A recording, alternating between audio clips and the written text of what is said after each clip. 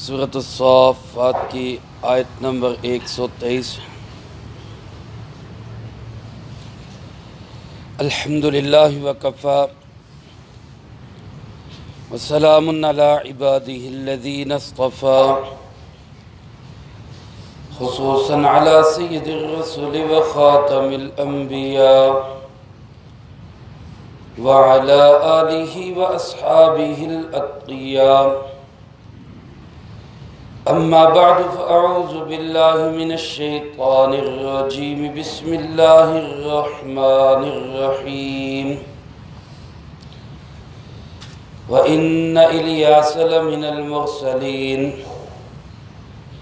إِذْ قَالَ لِقَوْمِهِ أَلَا تَتَّقُونَ أَتَدْعُونَ بَعْلًا وَتَذَرُونَ أَحْسَنَ الْخَالِقِينَ اللَّهَ رَبَّكُمْ وَرَبَّ آبَائِكُمُ الْأَوَّلِينَ فَكَذَّبُوهُ فَإِنَّهُمْ لَمُحْضَرُونَ إِلَّا عِبَادَ اللَّهِ الْمُخْلَصِينَ وَتَرَكْنَا عَلَيْهِ فِي الْآخِرِينَ سَلَامٌ عَلَى الْيَاسِينَ إِنَّا كَذَلِكَ نَجْزِي الْمُحْسِنِينَ إِنَّهُ مِنْ عِبَادِنَا الْمُؤْمِنِينَ۔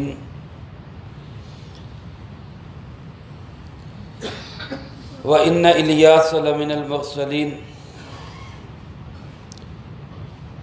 اور بے شک الیاس علیہ السلام بھی رسولوں میں سے ہیں۔ اذ قال لقومه الا تتقون، جب انہوں نے اپنی قوم سے کہا کہ تم ڈرتے کیوں نہیں ہو۔ اتدعون بعلا، کیا تم پکارتے ہو بعل کو، وتذرون احسن الخالقین، اور چھوڑ دیتے ہو سب سے بہترین خالق کو۔ اللہ ربکم، جو کہ اللہ رب العالمین ہے، جو تمہارا بھی رب ہے، ورب آبائکم الاولین، اور تمہارے پہلے آباء کا بھی رب ہے۔ فکذبوہ، پس انہوں نے اس کو جھٹلا دیا۔ فإنہم لمحضرون، سو یقیناً وہ قیامت کے دن حاضر کیے جائیں گے۔ الا عباد اللہ المخلصین، سوائے اللہ کے وہ بندے جن کو اللہ نے چن لیا۔ وترکنا علیہ فی الآخرین، اور ہم نے ان کے متعلق پچھلوں میں یہ بات لکھ چھوڑی۔ سلام علی الیاسین، کہ سلامتی ہو حضرت الیاس علیہ السلام پر۔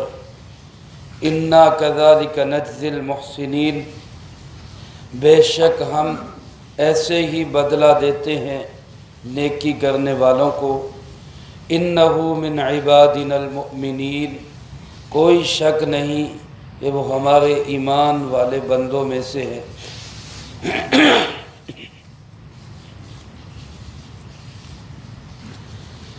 ان آیات مبارکہ میں اللہ رب العالمین نے ایک اور جلیل القدر نبی، عظیم الشان پیغمبر حضرت الیاس علیہ السلام کا تذکرہ کیا ہے۔ قرآن کریم کے اندر حضرت الیاس علیہ السلام کا تذکرہ صرف دو جگہ پہ ہے۔ ایک سورۃ انعام میں، جہاں اللہ پاک نے مختلف انبیاء علیہ السلام کے صرف نام لیے، اور نام لے کے یہ بات ارشاد فرمائی کہ وَلَوْ أَشْرَكُوا لَحَبِطَ عَنْهُمْ، اگر یہ اللہ کے برگزیدہ بندے، مبارک ہستیاں، مقدس شخصیات، انبیاء علیہ السلام، یہ جن کے نام لیے جا رہے ہیں، یہ بھی شرک کریں تو ان کے بھی سارے اعمال برباد ہو جائیں۔ اسی انبیاء کے نام لینے کے ضمن میں حضرت الیاس علیہ السلام کا بھی نام لیا گیا ہے وہاں۔ اور دوسرا ان کا تذکرہ یہاں سورۃ الصافات کے اندر ہے، جہاں اللہ پاک نے بہت مختصر سا ان کی تبلیغ کا، ان کے پیغام کا بھی ذکر کیا اور ان کی قوم کے جواب کا بھی ذکر کیا۔ قرآن کریم میں اس کے علاوہ نہیں بتایا گیا کہ یہ کس علاقے کے نبی ہیں، کس زمانے کے نبی ہیں، یا ان کی جو ہے وہ آخر میں ان کا انجام کیا ہوا۔ ان تینوں چیزوں سے قرآن کریم نے کوئی بحث نہیں کی، لیکن پائیدار احادیث میں بھی اس کے متعلق کوئی بات نہیں ملتی۔ اس لیے تاریخی روایات، تفسیری روایات، اسرائیلی روایات میں ان کے تذکرے کے اندر بہت سا اختلاف پایا جاتا ہے۔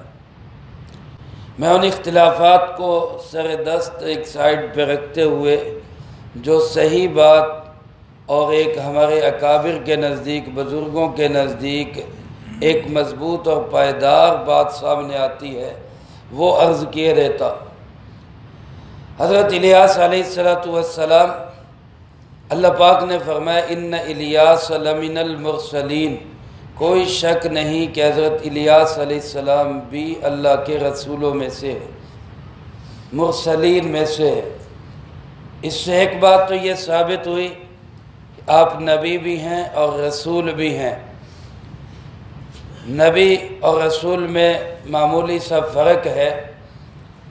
نبی ہر وہ شخص ہے جس پہ اللہ کا پیغام آئے، وحی آئے اور اس کو قوموں کی ہدایت کے لیے بھیجا جائے، اور رسول وہی یہ بھی ہوتا ہے، اس کے اندر یہ چیزیں بھی ہوتی ہیں، وحی بھی آتی ہے، لوگوں کی ہدایت کے لیے بھی آتے ہیں، اور اس کے ساتھ ساتھ ان کو اللہ پاک ایک نئی شریعت، نئی کتاب بھی دیتے ہیں۔ ان کو رسول کہا جاتا ہے۔ جس طرح حضرت ہارون علیہ السلام نبی ہیں، رسول نہیں ہے، حضرت موسیٰ علیہ السلام نبی بھی ہیں، رسول بھی ہیں۔ اسی طرح حضرت الیاس علیہ السلام کے متعلق اللہ پاک نے فرمایا لمن المرسلین، سے معلوم ہوا کہ یہ نبی بھی ہیں اور رسول بھی ہیں۔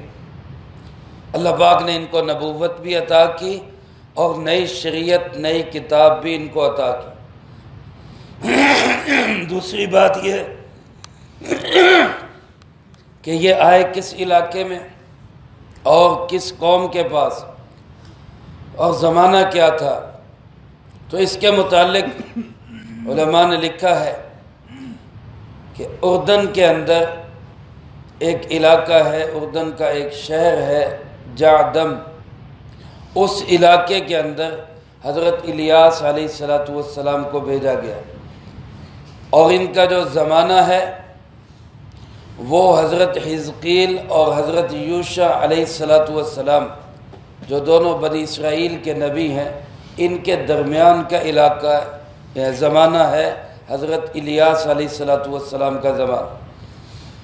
بعض حضرات نے حضرت الیاس اور ادریس علیہ السلام دونوں ایک شخص قرار دیے ہیں، لیکن اکثر مفسرین کرام رحمہم اللہ نے اس کو غلط قرار دیا ہے۔ حضرت ادریس علیہ السلام الگ اللہ کے نبی ہے، حضرت الیاس علیہ السلام الگ نبی۔ حضرت الیاس علیہ السلام جس شہر میں آئے، علماء نے لکھا ہے اس شہر کے اندر بعل نامی بت کی عبادت ہوتی تھی۔ بعل نامی بت اس شہر کے اندر پوجا اس کی جاتی تھی، اور اس شہر کے جو بانی تھا اور اس شہر کا جو حاکم تھا، بنانے والا تھا، اس کا نام بکہ تھا، اور اسی لیے اس شہر کو بعل بکہ کہا جاتا ہے۔ بعل بکہ اس شہر کا نام پڑ گیا اس بت اور بانی کے نام کی وجہ سے۔ بعض حضرات نے لکھا ہے جس وقت حضرت الیاس علیہ السلام تشریف لائے تو ایک اس وقت کا بادشاہ تھا جس کا نام اخی اب تھا، اخی اب، اور اس کی بیوی کا نام ازبیل تھا، اور یہ جو ازبیل تھی یہ اصل میں بنیادی طور پہ مشرکہ اور اس بال کی پجارن تھی، اور بادشاہ جو تھا یہ عام بادشاہوں کی طرح رن مرید تھا، بیوی کی مانے بغیر چل نہیں سکتا تھا، تو اس لیے اس نے پوری طرح بیوی کے مذہب کو سپورٹ کیا اور لوگ مشرک بنتے گئے۔ جیسا کہ ایک محاورہ ہے، الناس علی دین ملوکہم، لوگ اپنے بادشاہوں کے دین پہ ہوتے ہیں، لوگ اپنے بادشاہوں کے مذہب پہ ہو جاتے ہیں۔ اس لیے ہمارے یہاں یہ جو بات کہی جاتی ہے نا کہ جیسے تم ہوں گے ویسے تمہارے حکمران ہوں گے، جیسے تمہارے اعمال ہوں گے ویسے حکمران ہوں گے، یہ بات اس کا انکار نہیں ہے، یہ ٹھیک ہے، لیکن یہاں اعمال سے مراد کیا ہے؟ اعمال سے مراد یہاں نماز، روزہ، حج، زکوٰۃ، ذکر، اذکار نہیں ہے، کیونکہ ان اعمال سے حکومت کا کوئی تعلق نہیں۔ یہاں اعمال سے مراد عمل سیاست ہے، کیونکہ سیاست بھی دین کا ایک حصہ اور ایک عمل ہے، ایک مستقل عمل ہے، انبیاء علیہ السلام کی سنت ہے۔ بخاری شریف میں حدیث ہے، رسول اللہ صلی اللہ علیہ وسلم نے ارشاد فرمایا، کانت انبیاء بنی اسرائیل تسوسہم، بنی اسرائیل کے انبیاء ان کی سیاست کیا کرتے تھے۔ تو جب سیاست کا عمل تم چھوڑو گے تو پھر تم پہ حکمران تمہارے جیسے ہی ہوں گے۔ جس طرح کے لوگوں کو تم سیاست کے لیے آزاد کر دو گے کہ تم سیاست کرو، ہم مدرسے چلاتے ہیں، تو پھر اسی طرح کے لوگ تمہارے اوپر حکمران بھی بنیں گے، حکومت بھی وہی کریں گے۔ اور پھر جس طرح کے حکمران ہوں گے اسی طرح کا مذہب لوگوں کا بنتا چلا جائے گا۔ یہاں تو آپ دیکھیں کہ ایک علاقے کے اندر جیسی مسجد بن جاتی ہے، لوگوں کے رنگ ڈھنگ ویسے ہی ہو جاتے ہیں، جس طرح کی مسجد بن گئی لوگ اسی کے طرح کے ہو جاتے ہیں، اللہ قلیل، اللہ ماشاءاللہ کسی کو اللہ ہدایت نصیب فرما دے۔ تو ایک بادشاہ ملک کا سربراہ جو ہوتا ہے، لوگ بھی اسی کے مذہب، دین اور اسی کے عقیدے کو اپنا لیتے ہیں عمومی طور پر۔ تو اس لیے یہاں بھی یہی ہوا، بادشاہ کی وجہ سے قوم ساری کی ساری شرک میں لگ گئی۔ اللہ رب العالمین نے حضرت الیاس علیہ السلام کو بھیجا، آپ جا کے ان کو دعوت دیں۔ حضرت الیاس علیہ السلام نے آ کے قوم سے کہا، اذ قال لقومی الا تتقون، اپنی قوم سے مخاطب ہو کے کہا تم ڈرتے کیوں نہیں ہو؟ تمہیں رب سے ڈر کیوں نہیں لگتا؟ خوف کیوں نہیں آتا؟ اتدعون بعلا، کیا تم بال کو پکارتے ہو؟ بال اس بت کا نام تھا، اور علماء نے لکھا ہے کہ مکے کے مشرکوں نے جو حبل بت بنایا ہوا تھا، اور حبل نامی بت کو وہ بتوں کا باپ کہتے تھے، ہو سکتا ہے کہ یہی بال کا نام انہوں نے حبل رکھا ہو، یعنی اس کی پرستش عرب کے معاشرے میں اتنی ہو گئی کہ اردن سے لے کے مکہ مکرمہ تک سب حبل کے پجاری بن گئے۔ حضرت الیاس علیہ السلام نے اسی بت کا نام لے کے نفی کی کہ تم اس کو پکارتے ہو، وَتَذَرُونَ أَحْسَنَ الْخَالِقِينَ، اور جو سب سے بہترین پیدا کرنے والا ہے اس کو تم چھوڑ دیتے ہو۔ میرے محترم دوستو، بت پرستی لوگوں کے اندر جو آتی ہے وہ شخصیت پرستی سے آتی ہے۔ ایک شخص کو اتنا بڑا چڑھا لیتے ہیں کہ وہ سیاہ کرے تو تب بھی وہ ٹھیک ہے، وہ سفید کرے تو تب بھی وہ ٹھیک ہے۔ یہاں شخصیت پرستی شروع ہوئی، آگے وہی بت پرستی بن جاتی۔ تو یہ بال جو ہے یہ بھی علماء نے لکھا ہے ایک نیک آدمی تھا، ایک صالح بزرگ تھا۔ اس کے مرنے کے بعد لوگوں نے اس کے ساتھ یہ رویہ اختیار کیا کہ اسی کی عبادت شروع کر دی۔ جس طرح حضرت نوح علیہ السلام کے زمانے میں وہ 5 جو ان کے بت تھے جن کا تذکرہ سورۃ نوح میں اللہ پاک نے فرمایا، لا تذرن ودا ولا سواعا ولا یغوث ویعوق ونسرا، یہ 5 اللہ کے ولی تھے، اور ان ولیوں کو انہوں نے مرنے کے بعد انہی کے پہلے تصویریں بنائی، پھر مجسمے بنائے، پھر انہی کی عبادت شروع کر دی۔ میرے دوستو، یہ انسان کی انتہا درجے کی مت ماری جاتی۔ اصاف اور نائلہ دو بت تھے عرب کے معاشرے کے اندر، اور ان کی پوجا یہاں تک ہوتی کہ حاجی حج کرنے کے لیے آتے ہیں تو کیا کہتے ہیں؟ لبیک اللہم لبیک۔ اللہ ہم سب کو یہ تلبیہ اپنے گھر کے گرد پڑھنے کی توفیق نصیب فرمائے۔ یہ تلبیہ پڑھا جاتا ہے، سارے حاجی یہ پڑھتے ہیں، لیکن مشرکین عرب لبیک جب پڑھتے تو وہ یوں کہتے لبیک یا نائلہ، لبیک یا اصاف، ان بتوں کا نام لے کے لبیک کے تلبیے پڑھا کرتے۔ اور حقیقت میں یہ دونوں کون تھے؟ اصاف اور نائلہ، یہ دونوں دو بدکردار مرد اور عورت تھے جنہوں نے بیت اللہ کی حرمت کو پامال کیا، اور کوئی جگہ نہ ملی منہ کالا کرنے کے لیے اللہ کے گھر کو گندا کیا۔ اللہ نے ان دونوں کو پتھر کا مجسمہ بنا دیا، پتھر کے مجسمے بن گئے۔ اب یہ پتھر کے مجسمے اٹھا کے عبرت کے لیے صفا اور مروہ پہاڑی پہ رکھے گئے، ایک کو صفا پہ رکھ دیا، ایک کو مروہ پہ رکھ دیا، اور شیطان نے کیسی چال چلی کہ جن سے عبرت حاصل کرنی تھی انہی کی عبادت کرنا شروع کر دی، انہی کی پوجا شروع کر دی۔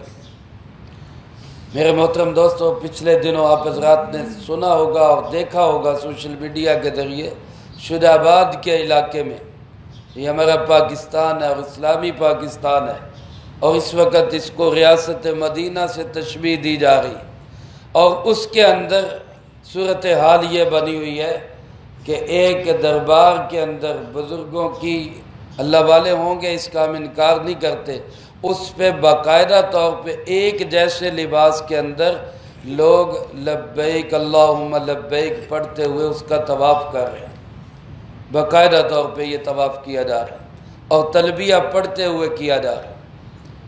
باقی لوگوں نے ایکشن لیا، اس میں ذمہ دار لوگ پکڑے گئے، لیکن ہوگا کیا؟ یہاں کون انصاف کس کو ملتا ہے؟ تو میرے محترم دوستو، یہ انسان کی انتہا درجے کی مت ماری جاتی ہے کہ وہ دین کو بھی ایک کھلونا اور کھلواڑ بنا لیتا ہے۔ تو حضرت الیاس علیہ السلام نے کہا کہ تمہیں کیا ہو گیا کہ تم بال کو تو پکارتے ہو، بال کو تو پوجتے ہو، اور جو سارے خالقوں میں سب سے بہترین پیدا کرنے والا ہے اس جیسا کوئی بنانے والا ہی نہیں ہے، تم اس کو چھوڑ دیتے۔ احسن الخالقین، خالق صرف اللہ رب العالمین کی ذات ہے۔ یہاں خالقین اس لیے کہا گیا کہ بعض دفعہ لوگ سمجھتے ہیں کہ اس نے بھی یہ چیز جوڑ کے یہ بنا دی، مستری نے مکان بنا دیا، مکینک نے گاڑی بنا دی، کسی نے تصویر بنا دی، کسی نے کوئی مضمون بنا دیا، اس کو بھی بعض دفعہ لوگ خالق کہہ دیتے ہیں۔ کہنا نہیں چاہیے، خالق صرف کون ہے؟ اللہ رب العالمین ہے۔ اس کو ہم یہ کہہ سکتے ہیں کہ یہ اس کی کاوش ہے، یہ مستری کی کاوش ہے، یہ نظم بنانے والے کی محنت ہے، یہ مضمون لکھنے والے نے اپنی ایک اچھی جو ہے نا وہ تحریر لکھی ہے، لیکن اس کو تخلیق نہیں کہنا چاہیے۔ بعض دفعہ لوگ کہہ دیتے فلاں نے شعر لکھے، غزل لکھی، اس نظم کا خالق کون ہے؟ تو خالق کا لفظ صرف اللہ کی ذات کے لیے بولنا چاہیے، باقی سب کے لیے کاوش، محنت، یہ لفظ بولنا چاہیے۔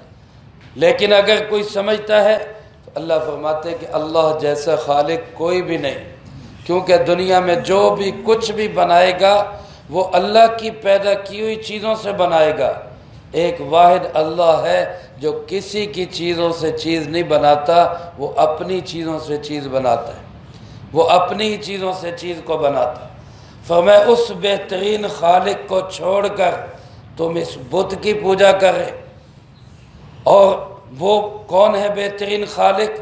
فرمایا اللہ، وہ اللہ ہے، ربکم جو تمہارا بھی رب ہے، ورب آبائکم الاولین تمہارے پہلے باپ دادوں کا بھی وہی رب ہے، اسی نے پیدا کیا، اسی نے پالا ہے، وہی تمہیں پال پوس کے جوان کرتا ہے، تمہاری ضرورتیں پوری کرتا ہے۔ اب جب اس نے سارا کر لیا اب اس کو پکارنے کی بجائے، اس کی توحید کے ڈنکے بجانے کی بجائے، اس کی توحید کے گن گانے کی بجائے تم بتوں اور پتھر کے مجسموں کو شریک بناتے، تم مورتیوں اور شکلوں صورتوں کو اس کے مقابلے میں لاتے ہو، تم معمولی انسانوں اور شخصیات کو اللہ کے مقابلے میں لا کھڑا کرتے ہو، تو میں تمہاری کیسی مت ماری گئی۔ لیکن اس کے جواب میں فرمایا فَكَذَّبُوهُ، انہوں نے جھٹلا دیا۔ اللہ پاک فرماتے سب نے، قوم کا رویہ کیا کہ سب نے تکذیب کر دی۔ حضرت الیاس علیہ السلام طویل عرصے دعوت دیتے رہے، قوم کے لوگ بجائے ماننے کے ان کے قتل کے درپے ہو گئے، مارنے کے درپے ہو گئے۔ اچھا پھر اس جو بادشاہ تھا یہاں کا اخیاب، اس نے اپنے کچھ نبی بنا لیے، زر خرید مولوی جیسے مل جاتے ہیں نا ہر حکومت کو، ایسے انہوں نے اپنے کچھ مولوی بنا لیے، کچھ مذہبی رہنما بنا لیے، اور ان کو کہنے لگا جی یہ بھی نبی ہے۔ حضرت الیاس علیہ السلام نے کہا کہ بھائی اگر ان کو تم نبی کہتے ہو تو ایک کام کر لیتے ہیں، بس یہ بھی قربانی کریں، میں بھی قربانی کرتا ہوں، یہ اپنے بال سے کہے کہ ہماری قربانی کو قبول کر لے، اور آسمان سے آگ آئے اور ان کی قربانیوں کو اٹھا کے لے جائے تو یہ سچے اور بال خدا، اور اگر ایسا نہ ہو اور میری قربانی کو میرا اللہ وہ قبول کر لے اور آسمان سے آگ آئے اور اٹھا کے لے جائے تو پھر میں سچا اور میرا اللہ رب ہے اور کوئی رب نہیں۔ مقابلہ ہوا، میدان میں لوگ اکٹھے ہو گئے۔ حضرت الیاس علیہ السلام نے ان سے کہا بھئی کرو قربانی۔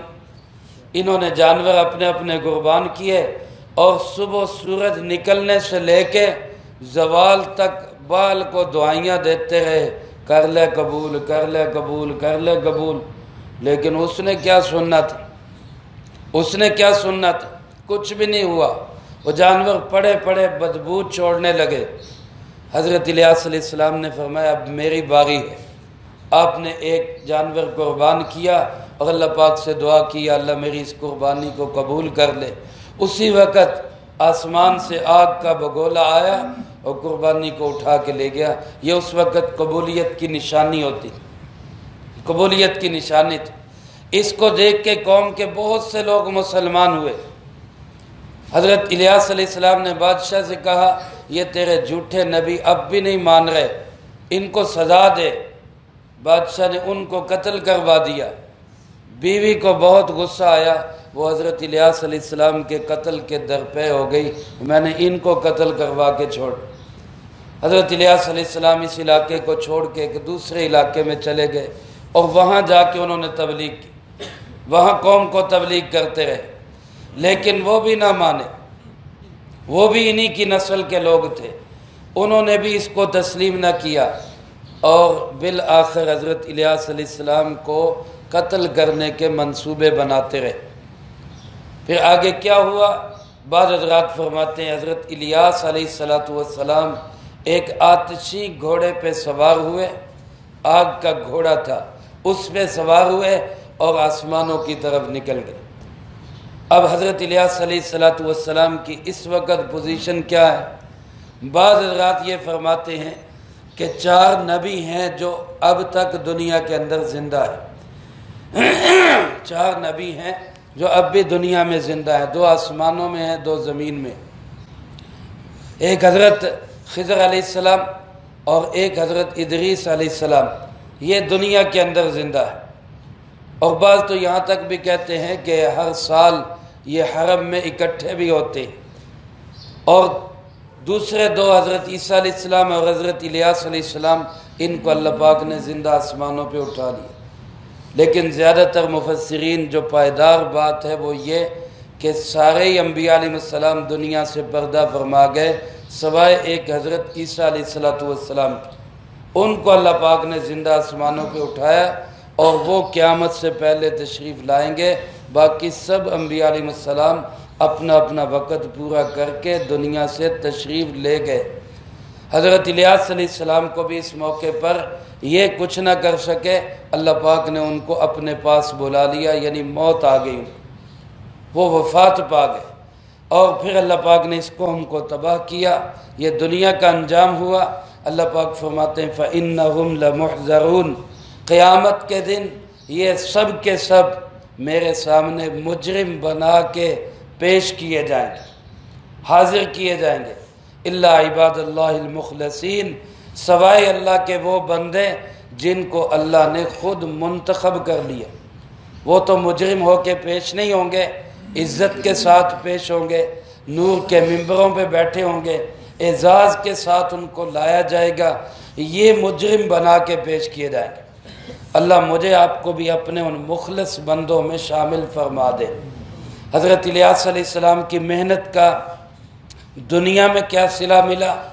اللہ پاک فرماتے ہیں وہی جو پیچھے انبیاء علیہ السلام کو صلہ ملا کہ وَتَرَكْنَا عَلَيْهِ فِي الْآخِرِينَ، ہم نے پچھلوں کے اندر یہ بات چھوڑ دی کہ جب بھی الیاس علیہ السلام کا نام آئے تو ان کے ساتھ کہو علیہ السلام، ان پہ سلام بھیجو، حضرت الیاس علیہ السلام کی محنتوں کو سلام کرو، ان کی قربانیوں کو خراج تحسین پیش کرو، ان کے تذکرے اچھے الفاظ کے اندر کرو۔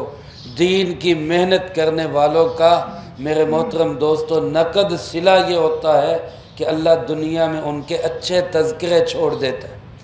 دنیا کی زبانوں پہ، اہل حق اور اہل علم کی زبانوں پہ ان کے اچھے تذکرے ہوتے ہیں۔ یہ دنیا کے اندر اللہ پاک اپنے نبیوں کو بہترین صلہ عطا فرماتے ہیں۔ تو حضرت الیاس علیہ السلام کو بھی اللہ فرماتے ہیں ہم نے یہ صلہ دیا، ہم نے یہ بات لکھ چھوڑی، کیا؟ سلام علی الیاسین، کہ الیاس علیہ السلام پہ سلام ہو۔ الیاسین یہاں فرمایا گیا، علماء فرماتے ہیں یہ عربی کی ایک خوبصورتی ہے، عربی کا ایک حسن ہے۔ جیسے پہاڑ کا نام ہے طور سین، طور سینا پہاڑ کا نام ہے، لیکن قرآن کریم میں اس کو کیا کہا گیا؟ وَطُورِ سِینِین۔ تو یہ عربی کا ایک حسن ہے، بعض اوقات الفاظ کے آخر میں نون کو بڑھا دیا جاتا ہے۔ تو یہاں بھی الیاس کو کیا کہا گیا؟ الیاسین، یہ اس کا حسن ہے، ورنہ مراد اس سے حضرت الیاس علیہ السلام۔ فرمایا سلامتی ہو الیاس علیہ السلام پر، اور اللہ فرماتے ہیں یہ بدلہ، یہ جزا، یہ انعام صرف الیاس علیہ السلام کے لیے نہیں، اِنَّا كَذَلِكَ نَجْزِي الْمُحْسِنِينَ، ہم ہر نیکی کرنے والے کو ایسا ہی بدلہ دیتے ہیں۔ جو بھی قیامت تک محسن بنے گا، دین کی محنت کرے گا، اخلاص کے ساتھ کرے گا، اللہ کی رضا کا جذبہ لے کے اٹھے گا، وہ دنیا میں کامیاب ہو یا نہ ہو، اللہ اس کو عزتیں ضرور دیتا ہے، اللہ اس کا نام اونچا ضرور کر دیتا ہے۔ اِنَّا كَذَلِكَ نَجْزِي الْمُحْسِنِينَ، یہی بدلہ ہم ہر نیکوکار کو دیتے ہیں۔ اللہ پاک نے سند جاری کی، سرٹیفکیٹ دے دیا حضرت الیاس علیہ السلام کو، فرمایا اِنَّهُ مِنْ عِبَادِنَا الْمُؤْمِنِينَ، پکی بات ہے وہ ہمارے مومن بندوں میں سے ہے، وہ ہمارے ایمان والے بندوں میں سے ہے۔ اللہ کرے ہمارا جب موت کا وقت آئے، اللہ ہمیں بھی یہی سند جاری کر دے اور فرشتوں سے کہہ دے کہ اس کے ساتھ سختی نہیں کرنی، یہ تو میرے مومن بندوں میں سے ہے۔ اللہ مجھے آپ کو سب کو اپنا مومن بندہ بننے کی توفیق نصیب فرمائے، جو کہا سنا اس کو زندگی میں لا کے دوسروں تک پہنچانے کی توفیق عطا فرمائے۔ اللہم انت السلام